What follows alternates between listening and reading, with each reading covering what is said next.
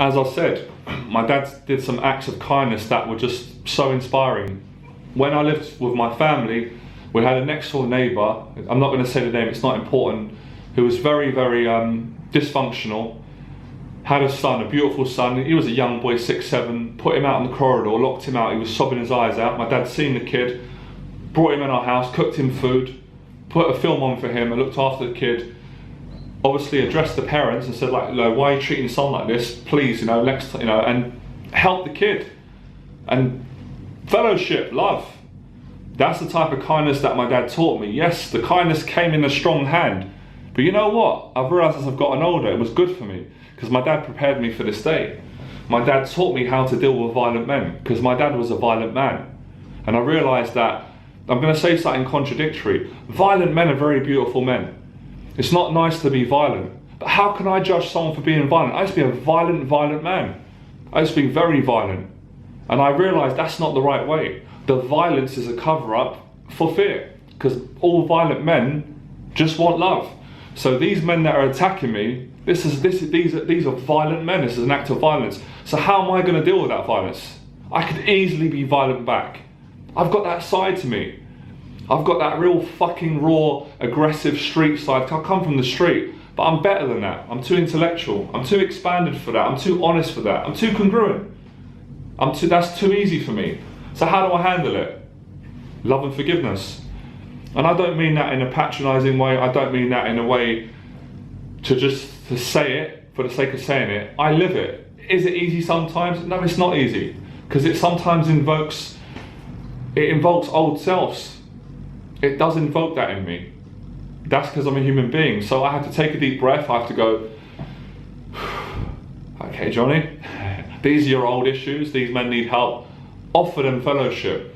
So for the guys that write stuff about me and have got an opinion about my work or don't like what I'm doing, come and have a coffee with me. If you see me in central London, and I promise you from my heart as a friend, I mean that with full friendship. I don't mean that in any way to be violent or to intimidate you. If you've got a problem with me, come and over next time have a conversation with me and let's talk about it. Then I'll offer you my friendship. If you don't agree with my work, I understand that. If you feel disrespected by my work, that's not my problem, that's your problem. All I can say is, whilst you're wasting your time criticising me, you could be using that energy to be successful in your life. You've got loads, we've all got talent. So don't be jealous of me, because if you had to go through what I went through, you would never be jealous of me. I was nearly killed when I was younger. I've had my head smashed through a window, my head split open, my mum screaming, blood everywhere. I've punched the living daylights out of men and they've done it to me. I've been blood everywhere. I've had people try to stab me. I've been around violence, drugs, guns, drug dealers. There's not really much you can say to me that I haven't heard before. I've been hurt and damaged before. So, enough of the violence talks, because as I'm saying it now, it sickens me and I don't like violence. I'm a man of love and peace. So, yeah, I knew this day was going to come. I've always been able to prophesy since I was a kid. I see things, I have visions. I can't predict the lottery numbers. I can't predict every day, guys, so but I do feel things and see things. And I knew that, I'm going to say this carefully because I don't want to be arrogant, but I knew that I was going to be big in my industry. I felt it when I was a kid. I knew I was going to be globally successful. I'm not just saying it and talking about it, I actually am. It's happening right now. I'm going through that process now. So I'm very excited, I'm very happy. I'm scared too, I'm not going to lie, I'm not going to deny it. I'm overwhelmed by it. I am scared, but I'm not a scaredy cat. And I'm not scared to be scared. And I'm not overwhelmed to be overwhelmed. I'm very excited, very privileged. And I've said it already in my video. If you look back at my video earlier, I am the man for the job. I've got the CV, I've got the credentials, I've got the experience, and I'm very good at what I do. And I'll say it again. I help frightened men to become secure, become beautiful, become honest, become congruent, and be kind and be honest. And not to be a backstabber. Not to be around their friends saying nice things and then the next day slagging their friend off and saying what a wanker he is. Not to be in a room and to feel that when your mate goes out for an hour or whatever and leaves his girlfriend, you're tempted to shag his girlfriend, because that's not integrity, that's not right. There's no masculine strength in that. That's not alpha male. That's actually weak. That's no self-control. That's no integrity. To have no integrity is to not be a man. If you guys are so concerned about trying to figure out what it is to be an alpha male, look at the guy in front of you now. I am an alpha male. I'm an example of what it is to be an alpha male. And I'm not being arrogant, I'm being honest. I'm a proper man, I'm a proper alpha male. I am. That's why women are attracted to me. But I don't need to be a domineering bully. I'm not a bully, I'm the opposite. I'm the type of guy, if you meet me, I'll be vulnerable, I'll surrender, I'll make you comfortable. I'll put you before me. That's my nature, that's my true nature. That's the Buddha nature, that's the Christ nature in me, that's the loving nature in me. That's my true self. Not the violent, insecure, scared, paranoid, selfish little frightened man who thinks that people are going to take advantage of him and he's going to lose out on stuff. There's nothing to lose out on. You guys that are criticising, you're thinking small and you're getting afraid. You're thinking that, oh my God, Johnny's taking over, there's not enough, there's a huge market for everyone. I don't need the whole market. I'm not in the market of teaching men how to shag women and use tricks. I was doing that 3 years ago. I enjoyed it while it lasted, and it no longer felt right. It's not who I am. I'm in the business of helping men with social anxiety, and I think everyone's got social anxiety. I've got social anxiety, we've all got social anxiety, but my job is to help people to minimize their social anxiety and give them the social freedom to achieve their dreams. Social anxiety is not just about getting good of women, it's about getting good of life, it's about getting good of yourself. In every movement, fear will affect you, your decision making, the way you treat people. People who've got social anxiety are frightened of love. They're frightened of love being taken away. They're frightened of people giving them love. They don't trust love. It's distrust. Again, I don't say this to be arrogant. You're looking at a man that fully trusts himself. It was hard for me to get here, guys. It was so easy to quit. This was hard fucking work. Seriously. Many times I thought, I can't, this is too much to ask for. I'd rather take the easier route and just teach the getting laid stuff. But I couldn't do that. Money was not enough of a motivation for me. Love was a motivation. All the pain I went through, I had to make this story worth it. I had to make the dysfunctional relationship with my father worth it. That's why I've rebuilt the relationship. By rebuilding and reconnecting with myself, I rebuilt it with my dad. I've not forgotten all the good things my dad's taught me. I don't know, one day my dad might see this video. So I'm going to go through all the things that he taught me now, just so I don't sound ungrateful. Because my bullies or my teachers, the kids who bullied me in school, made me strong to do this job. How can I teach a bully not to bully other men if I didn't bully other men? How can I teach a man to feel sexually confident with a woman if I didn't used to feel sexually insecure, erectile dysfunction? How could I do that? How could I have the audacity to go on a camera on YouTube and start talking about how to live a good life if I ain't doing it myself? How can I talk to someone about, you're in job seekers allowance now, you can change that, mate. You can get off job seekers allowance and go and get the job that you want to do and get paid for what you love. If I ain't doing it myself, everything I say I do. And that's why people get offended. Because I don't even need to show infield videos no more. I've showed so many. And I'll say Bruce Lee's quote. If I told you I wasn't good with women, you wouldn't believe me. But if I tell you I'm good with women, you're going to say I'm boasting. I don't think I said that right. Let me repeat that again. This is my anxiety coming back. Right, Bruce Lee said, if I tell you I'm good, you know I'm lying.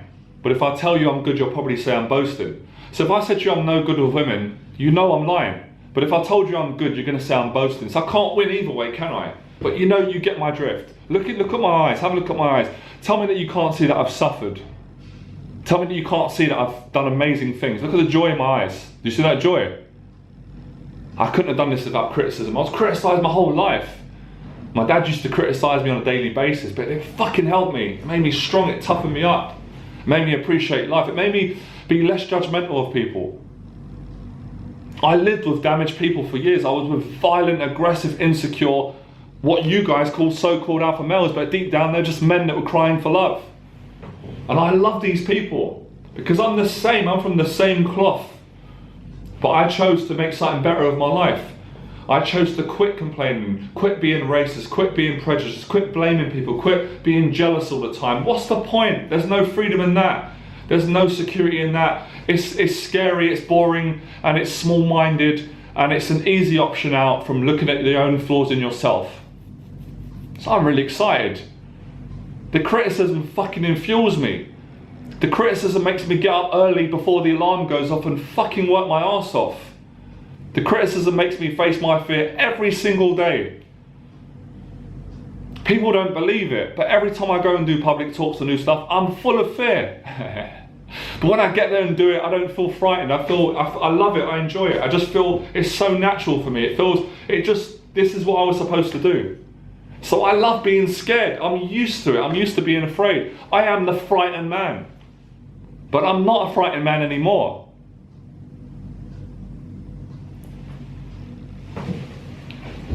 So I forgive you. I forgive all of you. So where was I? I've gone off topic. My dad taught me about forgiveness because he was a very forgiving man, very kind man. He taught me about violence. So that teaching of violence, I was able to channel that energy of violence. It was aggressive energy. Use that massive aggressive energy in a positive way and breathe the anger, the violence, and go, no, I'm going to channel it in a nice way. Kindness. And it's very rewarding. My dad taught me how to be a businessman. He doesn't even know he'd done it. He doesn't even know it on a logical. I'm going to thank him one day. I'm thanking him right now. My dad taught me how to do business. Don't fucking cheat people. Don't lie to people. And I don't cheat and lie to people. I'm a good businessman because I'm an honest businessman. Don't under-promise and over-deliver. And that's what I do on my courses for everyone. And if you can't help someone, you can't help them. You pass them on to someone that can help them. Get my drift? So he taught me about courage. I've been so courageous since I was a young kid. My friends used to say it. Who's the first guy to get in the boxing ring? I go down to a club in South London. I'm scared, guys. Trust me. I don't want to do it. When I'm on the train, I'm so frightened. I need to go to the toilet and take a shit. That's how scared I am. I'm sweating. I don't want to do it. But there's courage in me. I go in down to South London on my own. I didn't tell anyone about this. I'm from West London. I'm not even from South London. Go into one of the top boxing gyms in London, where David Hay trained, the world champion at the time, and walk in as a skinny 20-year-old kid who's full of social anxiety. I can't even make fucking eye contact with people, and I say, I want to box for your club. And they're like, what? As a matter of fact, to recite that story, I was taken down by a famous journalist on Sky, I won't say his name, who took me down to the gym, but then I had to go by myself, and I stayed in that gym. I trained in a West London gym in London, right in the heart of a dangerous area. And I went in the gym and they loved me and respected me. And I stayed in that gym and I got in the ring with some very dangerous boxers who beat the shit out of me, and I was scared going in. Part of me was crying for my mum inside, but I didn't show it because I've always been courageous. I went in there and I got battered, and the trainer said to me, man, you're a street kid. You need to learn how to put your hands up and use your jab and move more and jab properly. See, it's kind of like, still love it. But I got smashed to pieces. All right, when I was 21, I got in with a 15-year-old. He knocked me on the floor. I was embarrassed. I got in with this young kid and I thought, oh my goodness, this is going to be a joke. He was up and coming amateur boxing. I thought, I've got to take it easy on this kid. He's half my size. So I got in the ring with him. I thought, I'm going to take it easy. I was taking him lightly. Next minute, he moved, bang, caught me with a hook, and I blacked out. I'm on the floor. I was so embarrassed. I went home. I said, Mum, I've been knocked out by a 15-year-old. I got back up. I got back in the gym. I got back on the bag. I was getting humiliated every day. I was vomiting from the training. They trained me so hard, I got sick on the floor. I got back up, I went back to the gym again. Eventually I got better and better. I was sparring with the juniors and I was holding my own. I just kept coming back. You can never keep me down. It's true what the saying says, you can't keep a good man down. I'll keep getting up, like the Chinese saying says, fall down 9 times, rise up 10 times. You can't keep me down, I'll keep coming back.